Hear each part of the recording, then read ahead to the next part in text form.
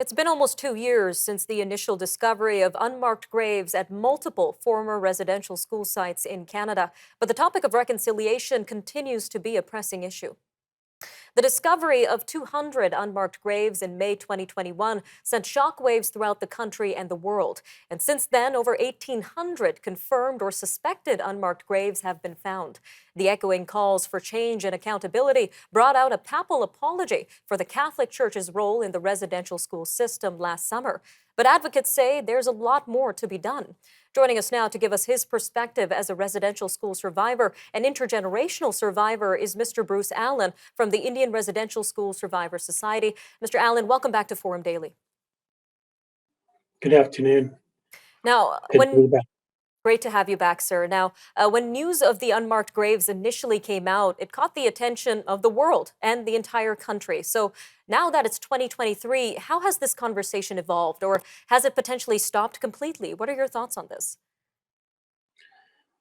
I think it will take quite a probably a number of years for many of the schools to get to the point of searching the school grounds.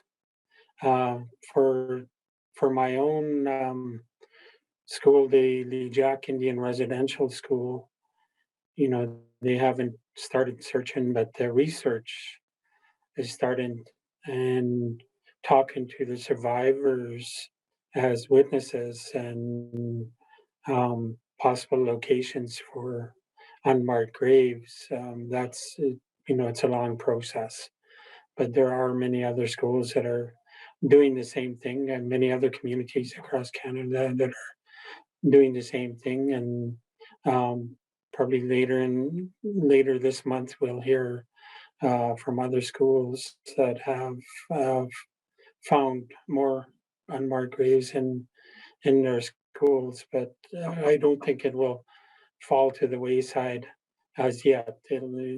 It's going to take a number of years to get through all of the sites and to do it in a good way and to do it with survivors and with their healing and closure in mind.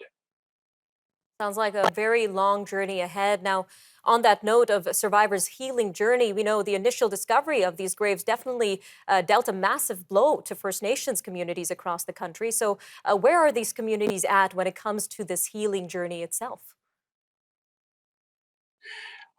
There are some communities that are um, hid, hidden it directly with survivors. If they want to go into um, a treatment center, uh, some of our communities are saying, okay, we're going to send you to a treatment center on Vancouver Island and we'll pay for it.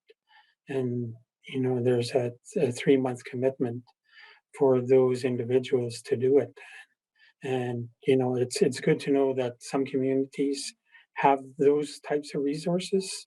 But again, we're going to not all of our communities have that kind of resource, and we still are in need of a lot of assistance in our communities with survivors, and not only with survivors, but their children and grandchildren, and so they're reeling as well, and whatever effects that they've experienced from being a child or grandchild of survivor. It's clear a lot more work needs to be done. Now, as a survivor yourself, Mr. Allan, what is your hope for 2023 when it comes to reconciliation in Canada this year? Well, I work at a college, so I talk to students all the time, and I'm always gauging, you know, what their reactions are when we talk about residential schools, and we talk about the different reactions of get over it is a common um, theme that comes back from the general population to get over it. But it's really hard to do. But I think Canadians from all levels, right from preschool all the way up to post-secondary, should have some information about the residential school survivors today. bring in those survivors, those remaining survivors. In the next maybe 10 to 20 years, there won't be any residential school survivors, but we still will have the intergenerational um, survivors and the effects they will still experience in the future.